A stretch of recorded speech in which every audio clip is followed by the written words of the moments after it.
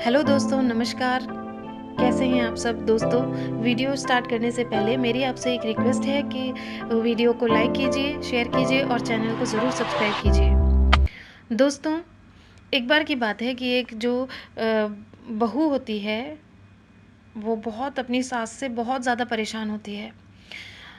सास भी बहुत ज़्यादा अपनी बहू को बहुत ज़्यादा बोलती थी, बहुत हर बात पे टोकती थी, हर चीज़ में ज़ोर से बोलना, बहस करना, ऐसा ही चलते रहता था। आए दिन लड़ाई झगड़ा होता था घर में, हर बात को लेकर के बहस होती थी। तो जो बहू होती है वो बहुत ज़्यादा तंग आ जाती है, वो अपने मायके चली जाती है। अब मायके में मायके जाती है तो उसके जो फ़ादर होते हैं वो डॉक्टर होते हैं। वो अपने पापा से कहती है कि पापा, मैं बहुत ज़्यादा परेशान हो चुकी हूँ, मेरी सास ने मुझे बहुत तंग कर रखा है, हर बात पे टोकना, हर बात पे लड़ाई, हर बात पे बहस करना, मेरी हर काम में नुक्स निकालना, बस यही करती रहती हैं। मुझे प्यार नहीं करती हैं, दूसरे को प्यार करती हैं, मेरे साथ बहुत ज़्यादा भेदभाव करती हैं। और ये सारी चीज़ें उसने अपने पापा को बोली और कहने लगी कि मेरा मन तो कभी-कभी करता है कि मैं अपनी सास को ज़हर दे दूँ और मार दूँ। मैं बहुत ज़्यादा परेशान हो चुकी हूँ, अब मैं वहाँ नहीं रह सकती हूँ।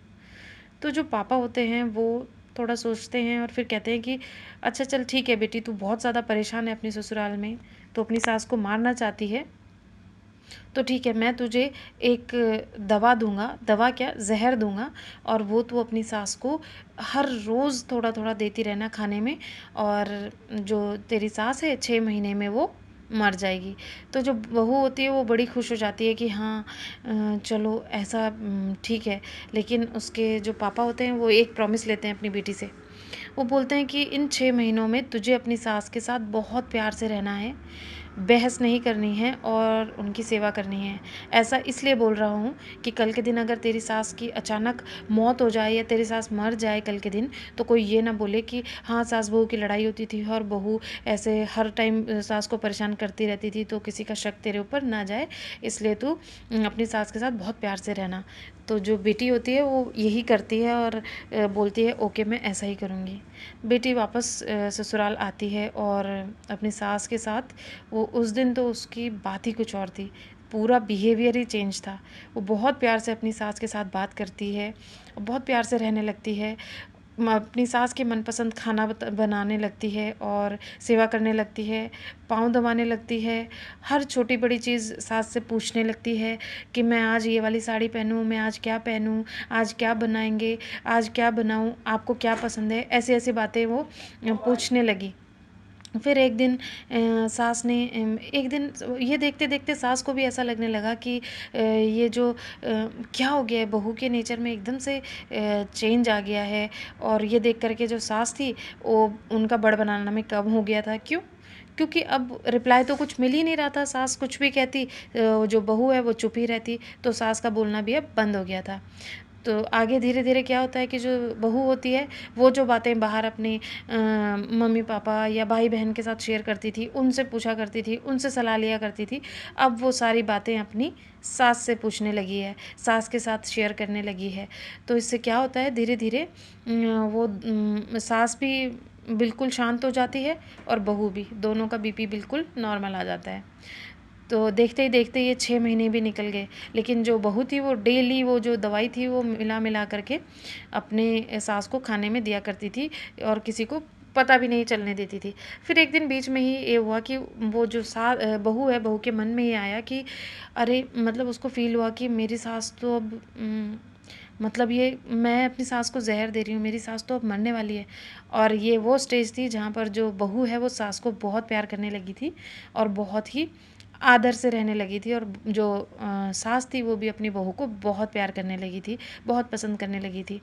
तो अब वो जो बहू है, जब उसको ये रियलाइज़ होता है तो वो रोते-रोते अपने पापा के पास जाती है और बोलती है कि पापा, मेरे से बहुत बड़ी गलती हो गई है, मेरी सास बहुत अच्छी है और मैंने ये बहुत गलत काम करा जो मैं अपनी सास के लिए आपके पास जो वो ज़हर लेकर के गई थी, मैं अपनी सास को दे रही हूँ।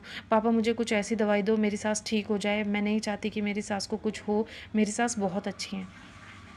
तो इस पर जो पापा होते हैं, उस लड़की के जो पापा होते हैं, वो हँसते हैं, मुस्कुराते हैं और बोलते हैं, बेटे, बस यही तो मैं चाहता था कि तुम अपनी सास के साथ बहुत प्यार से रहो और सास की बहुत अच्छे से देखभाल करो और रहो। और जो रही बात उन गोलियों की, जो ज़हर मैंने दिया था वो कोई ज़हर नहीं था, वो खाली गैस की गोलियां थी जो तू अपनी सास को खाने में मिला मिला करके रोज़ देती थी। इस पर जो बहू होती है, जो बेटी होती है, वो बहुत खुश होती है, अपने पापा को गले से लगाती है और खुशी खुशी अपने ससुराल वापस लौट जाती है और हमेशा अपनी सास के साथ इसी तरीके से प्यार से रहने लगती है, बिना किसी टेंशन के, बिना किसी बात के। अब कोई ना तो लड़ाई होती थी ना झगड़ा होता था, पति भी खुश, सास भी खुश, बहू भी खुश और उसके मायके वाले भी सब खुश, यानी पूरा परिवार हैप्पी। तो दोस्तों इस कहानी से हमें ये सीख मिलती है कि हम लोग बहुत जल्दी जज करने लग जाते हैं हर रिश्ते को। हम नए जाते हैं, हमारी शादी होती है, हम नहीं जानते हैं दूसरे का नेचर क्या है, उसे समझने की बजाय हम लोग उस चीज़ को बहुत खींचने लगते हैं। शुरू में ही अगर थोड़ी सी छोटी बात ऊपर नीचे हो जाती है तो उसके बारे में बहुत बात करने लगते हैं, इधर उधर बात करने लगते हैं और उससे क्या होता है, नेगेटिव रिस्पॉन्स हमको मिलते हैं और नेगेटिव सी एक जो पिक्चर है वो हमारे दिमाग में छप जाती है और उसी को लेकर के हम अपने मन में उसको बिठा लेते हैं, बस वही चीज़ दिमाग में चलती रहती है और वही करते रहते हैं। लेकिन इसकी बजाय अगर हम समझने की कोशिश करें, सास को अपनी माँ समझें और उसी तरीके का व्यवहार करें, तो सास भी एक दिन आपकी माँ ज़रूर बन ही जाती है और आपसे प्यार से रहने लगती है। तो दोस्तों बात सिर्फ अंडरस्टैंडिंग की है। कोई भी रिश्ता हो परिवार के अंदर, देवर देवरानी हो, जेठ जेठानी हो, ननद हो, कोई भी हो, XYZ, सबके साथ यही फॉर्मूला फिट होता है कि सबसे मेन बात है अंडरस्टैंडिंग, कि आप दूसरे की समझ के साथ कितना मैच करते हो, उन्हें कितना समझने की कोशिश करते हो। बस यही है खुशहाल जीवन की एक कहानी और मूल मंत्र। तो ये वीडियो आपको कैसी लगी दोस्तों, प्लीज़ मुझे कमेंट करके ज़रूर बताइएगा। वीडियो को लाइक कीजिएगा, शेयर कीजिएगा और चैनल को सब्सक्राइब करना बिल्कुल मत भूलिएगा। थैंक यू दोस्तों।